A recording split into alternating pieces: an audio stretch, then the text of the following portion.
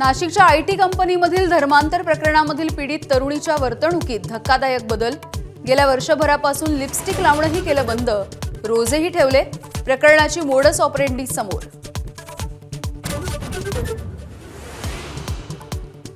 नाशिक धर्मांतर प्रकरणामधील 5 आरोपींना न्यायालयीन कोठडी। आरोपींनी पीडितांना गोमांस खाऊ घातल्याचा गिरीश महाजनांचा दावा। तर भाजप युवा मोर्चाचं नाशिकमध्ये तीव्र आंदोलन।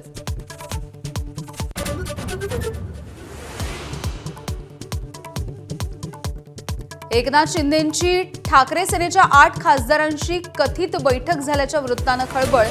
शिंदे पिता पुत्रांनी वृत्त फेटाळलं।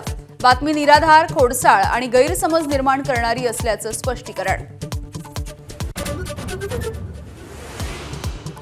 उभा चिरला तरी उद्धव ठाकरेंची साथ सोडणार नाही, अरविंद सावंत यांच्याकडून स्पष्ट।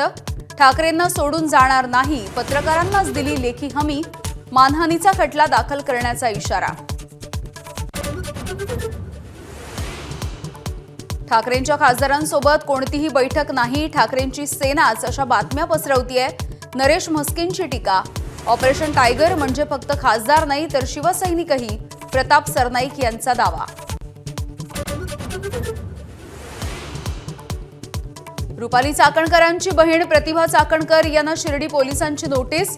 चाकणकरांच्या समता पतसंस्थेमधल्या खात्यामधून कोट्यवधींचे व्यवहार। 5 दिवसांमध्ये जबाब नोंदवण्यासाठी हजर राहावं लागणार।